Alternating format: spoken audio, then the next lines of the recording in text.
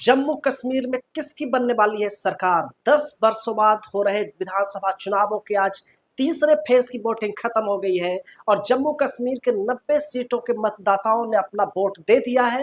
उन सभी उम्मीदवारों की किस्मत का खेल ईवीएम में बंद हो गया है और 8 अक्टूबर को पता चलेगा कि उनकी किस्मत में क्या लिखा है, कश्मीर पे कौन राज करेगा। लेकिन उसके पहले आज हम एग्जिट पोल पे बात करेंगे कि आखिर किसे कितनी सीटें मिलती हुई दिखाई दे रही हैं। कश्मीर ने इन चुनावों के जरिए जो मैसेज दिए हैं वो अभूतपूर्व है। जम्मू कश्मीर में इस बार इतनी वोटिंग हुई है, 70% से ज्यादा वोटिंग आपने कब सुना कि कश्मीर में हो रही है। लेकिन कुछ सीटें इस बार ऐसी थी जहां 80% के आसपास वोटिंग हो गई, 80% वोटिंग क्रॉस कर गई, कहीं जम्मू में भी तो कहीं कश्मीर में भी। इसको लेकर लोगों के मन में संशय है कि आखिर कश्मीर ने इस बार किसे चुन लिया है, किसे चुनने का प्रयास किया। क्या कश्मीर इस बार कोई नया संदेश देने की कोशिश कर रहा है? हम उन्हीं चीजों को डिकोड करेंगे। दरअसल धारा 370 लगने के बाद पहली बार जम्मू कश्मीर में चुनाव हो रहा है। आपको पता ही होगा कि 5 अगस्त 2019 को वहां पे धारा 370 लगा दिया गया और उसके बाद से राष्ट्रपति शासन वहां लगातार है और सुप्रीम कोर्ट के आदेश पे वहां पे चुनाव हुए हैं और उन चुनावों में सभी लोगों ने अच्छी तरीके से चुनाव लड़ा है और जम्मू कश्मीर की जनता ने इन चुनावों में बढ़ चढ़ कर हिस्सा लिया है और उसी का परिणाम है कि तीनों चरण की पहले मैं वोटिंग आपको बता देता हूँ। पहले चरण में करीब 61% से ज्यादा मतदान हुआ, दूसरे चरण में 57% से ज्यादा मतदान हुआ, जबकि तीसरे चरण में भी जो कि आज मतदान हुआ है वो भी 60 पार है। यानी कि जम्मू कश्मीर की जनता घरों से निकली है और वो लगातार लोगों को वोट देने के लिए गई है। इसको लेकर दो तरह की बातें हो रही हैं कि क्या जम्मू के लोग धारा 370 को लेकर इतने खुश रहे कि उन्होंने ज्यादा वोट डाला, या फिर कश्मीर के लोगों में धारा 370 को लेकर इतनी खुन्नस रही, इतनी नाराजगी रही कि उन्होंने 80% का आंकड़ा भी पार कर दिया। तो इसको लेकर तरह तरह की बातें हो रही है। दरअसल ऐसा माना जाता है कि अगर वहां बीजेपी की सरकार बनती है तो हिंदुओं की सरकार मानी जाएगी और अगर कश्मीर की पार्टियों की सरकार बनती है तो उसे मुस्लिमों की सरकार माना जाता है। फैसला जनता को करना था और जनता ने फैसला कर दिया है। हम भी आपको आज एक एक सीट के बारे में बताएंगे, आप दिल थाम के रहिए। जम्मू कश्मीर में टोटल 90 सीटें यानी 90 विधानसभा सीटों के लिए इस बार चुनाव हुए हैं। केंद्र सरकार ने इस बार परिसीमन किया था, पहले वहां 87 सीटों के लिए होता था, लेकिन केंद्र सरकार ने इस बार विधानसभा क्षेत्र ही बदल डाले। परिसीमन नई तरीके से हुआ है और इसमें माना जा रहा है कि बीजेपी ने अपने तरीके से परिसीमन किया। वो भी चुनावों में रिजल्ट में पता लगेगा कि बीजेपी को इसका कितना फायदा हुआ है। लेकिन इस चुनावों की बात करें उससे पहले हम पिछले चुनाव के रिजल्ट आपको बता देते हैं। दरअसल पिछली बार 2014 में चुनाव हुए थे जम्मू कश्मीर में और वहां उस वक्त पीडीपी को 28 सीटें मिली थी, बीजेपी को 25 सीटें मिली थी, नेशनल कॉन्फ्रेंस को 15 सीटें मिली थी और कांग्रेस पार्टी को वहां पे 12 सीटें मिली थी। उस समय पीडीपी और बीजेपी ने गठबंधन किया था और वहां मुख्यमंत्री मुफ्ती मोहम्मद सईद बनाए गए थे और बाद में राष्ट्रपति शासन लगा और उसके बाद महबूबा मुफ्ती मुख्यमंत्री बनी बीजेपी के सहयोग से और फिर राष्ट्रपति शासन लगता है और धारा 370 लगा दिया जाता है, जिसके बाद फिर पहली बार चुनाव हो रहे हैं। इस बार जनता का मूड साफ दिख रहा है।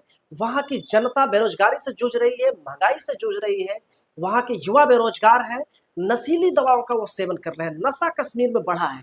उन्हीं सब चीजों को लेकर लग रहा है कि इस बार कश्मीर क्या फैसला करेगा। तो हम एक एक करके बात कर लेते हैं। इस बार वहां जिन लोगों ने चुनाव लड़ा है उसमें कांग्रेस पार्टी ने नेशनल कॉन्फ्रेंस से गठबंधन किया, जहां 51 सीटें पे उमर अब्दुल्ला की पार्टी और फारूक अब्दुल्ला की भी पार्टी 51 सीटों पर लड़ी, बाकी पे कांग्रेस लड़ी है। इसके अलावा पीडीपी अकेले मैदान में उतरी है, बीजेपी अकेले वहां चुनाव लड़ रही है। इसके अलावा जमायत के लोग लड़ रहे हैं, राशिद इंजीनियर की पार्टी लड़ रही है और सज्जाद लोन भी लड़ रहे हैं। तो ऐसे में माना जा रहा है कि इस बार का चुनाव क्या संदेश दे रहा है। कहा यह भी जा रहा है कि कांग्रेस पार्टी जम्मू कश्मीर के चुनावों को पूरे मन से नहीं लड़ पाई। दरअसल जम्मू कश्मीर को लेकर कांग्रेस के अंदर संशय की स्थिति रही कि वो क्या करे। लोकसभा चुनावों में कांग्रेस का प्रदर्शन वहां थोड़ा ठीक रहा था, लेकिन बावजूद उसके कांग्रेस अकेले मैदान में नहीं आई और इसका नुकसान नेशनल कॉन्फ्रेंस को भी हुआ है और कांग्रेस को भी हुआ है। दोनों साथ लड़े हैं और दोनों के वोट कट गए हैं। अगर दोनों अलग अलग चुनाव लड़ रहे होते तो शायद नेशनल कॉन्फ्रेंस और कांग्रेस सरकार के बाद पोस्ट पोल अलायंस में सरकार बना सकती थी, लेकिन दोनों ने साथ लड़के चुनाव लड़ा इसलिए उनके वोट कट रहे हैं। हम सीधे सीटों पे आ जाते हैं।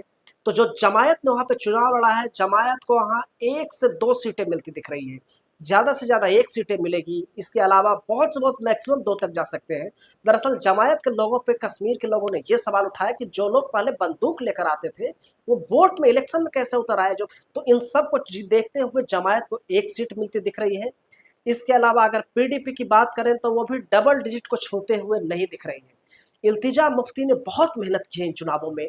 महबूबा मुफ्ती जो कि उनकी मां है, इस बार वो बिल्कुल साइलेंट रही, इस बार वो चुनाव भी नहीं लड़ रही है।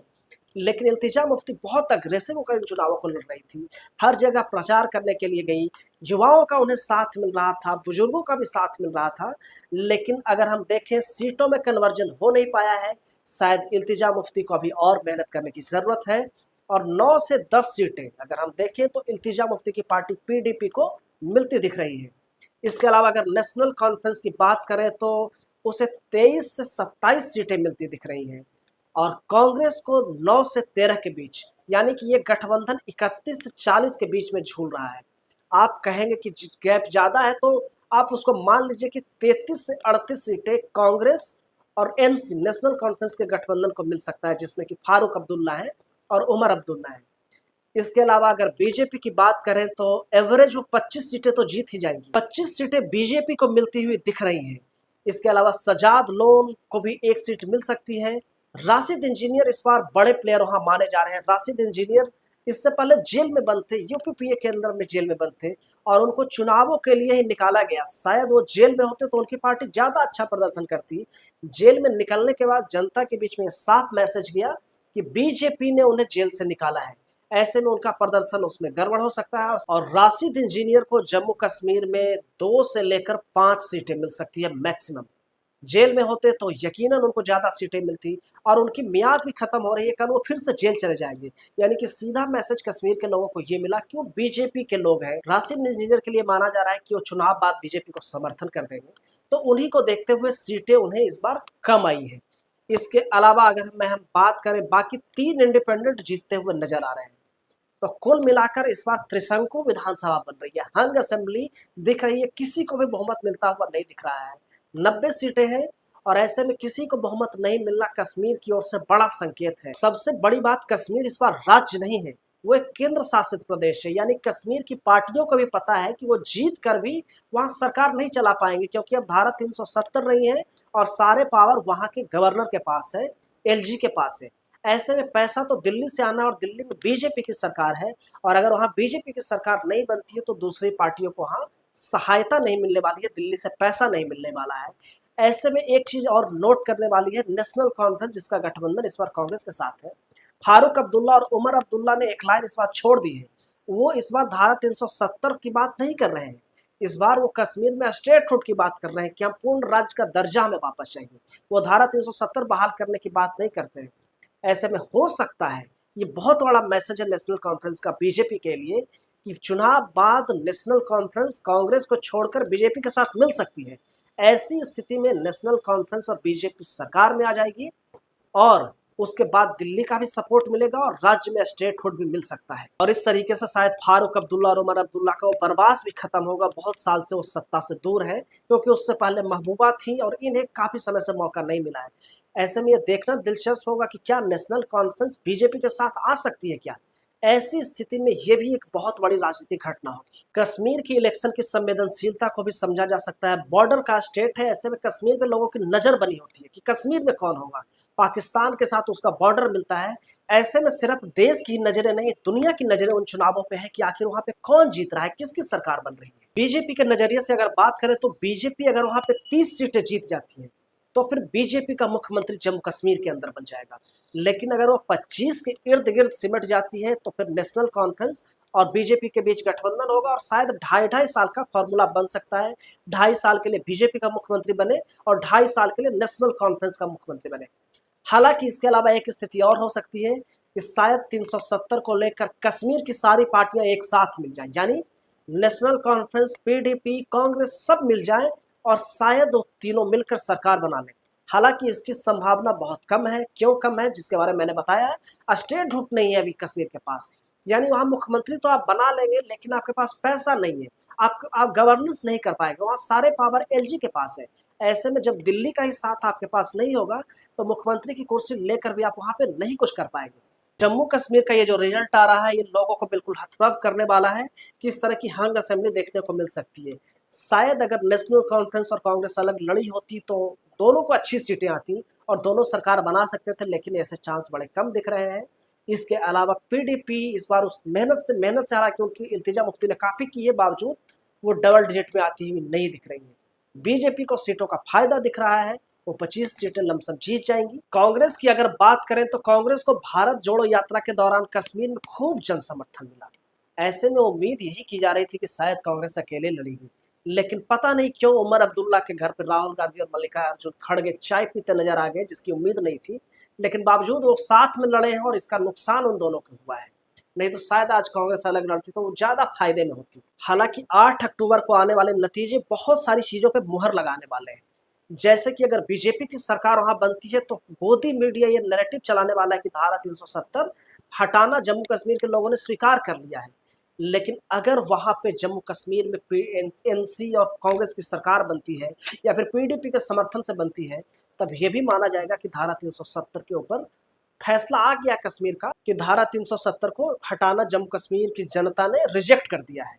तो ये दोनों चीजें भी इसी चुनाव से तय हो जाएंगी, क्योंकि ये नैरेटिव खूब चलने वाला है और सिर्फ देश में नहीं, पूरे दुनिया में जम्मू कश्मीर की इलेक्शन की बात जाने वाली है। जम्मू कश्मीर इस देश का सिरमौर है और वहां के चुनावी रिजल्ट बहुत मायने रखने वाले हैं। ऐसे वक्त में जब देश दो धुरियों के बीच में बढ़ चुका है, एक रास्ता राहुल गांधी की ओर जाता है, दूसरा रास्ता नरेंद्र मोदी के बीच जाता है, क्या इन दोनों रास्तों के बीच में कश्मीर कहीं फंस गया है? क्या जम्मू और कश्मीर के बीच में जम्मू कश्मीर का इलेक्शन फंस गया है? क्योंकि जम्मू इस बार का जो परिसीमन हुआ है उसमें जम्मू में करीब 43 सीटें हैं और कश्मीर में 47 सीटें हैं। इस बार सीटें का परिसीमन इस हिसाब से किया गया है, उसमें माना यही जा रहा है कि बीजेपी के हिसाब से की गई है। वो भी ये चुनाव तय कर देगा कि वो बीजेपी के फायदे के हिसाब से बनाई गई या फिर क्षेत्रवार परिसीमन किया गया है। जम्मू कश्मीर की जनता ने आज अपना अंतिम फैसला सुना दिया है। अब 8 अक्टूबर का आपको इंतजार करना पड़ेगा। हमने अपने एग्जिट पोल में जो बताया है वो लास्ट में एक बार फिर बता देता हूँ। कांग्रेस को वहां 9 से 13 सीटें मिलती हुई दिख रही हैं। नेशनल कॉन्फ्रेंस को 23 से 27 सीटें मिलती हुई दिख रही हैं। बीजेपी को 25 सीटें मिलती हुई दिख रही हैं, जबकि 9 से 10 सीटें मिलते हुए पीडीपी को दिख रही हैं। सजाद लोन को 1 सीट मिल सकती है। राशिद इंजीनियर को 2 से 5 सीटें मिल सकती हैं। जमायत को 1 सीट मिल सकती है और 3 सीटें इंडिपेंडेंट को मिल सकती हैं। यानी कुल मिलाकर हंग असेंबली कश्मीर में आने वाली है। यानी हो सकता है, और अगर कश्मीर में किसी की सरकार नहीं बनी तो फिर से राष्ट्रपति शासन जैसे चल रहा है वैसा ही लगता रह जाएगा। बाकी कश्मीर के लोगों का फैसला 8 अक्टूबर को क्या आता है, देखते हैं कि वो किसे चुनते हैं और किसे अपना वो जन समर्थन देते हैं, या आखिर कश्मीर पे कौन राज करेगा। ये असली फैसला 8 अक्टूबर को पता रहेगा। आप इस पे क्या सोचते हैं, कश्मीर में किसकी सरकार आनी चाहिए? कमेंट करके जरूर बताइएगा। और वीडियो अगर अच्छा लगा हो तो इसे लाइक, शेयर और चैनल को सब्सक्राइब जरूर कर दीजिएगा। हम मिलेंगे आपसे अगले वीडियो में, तब तक के लिए नमस्कार।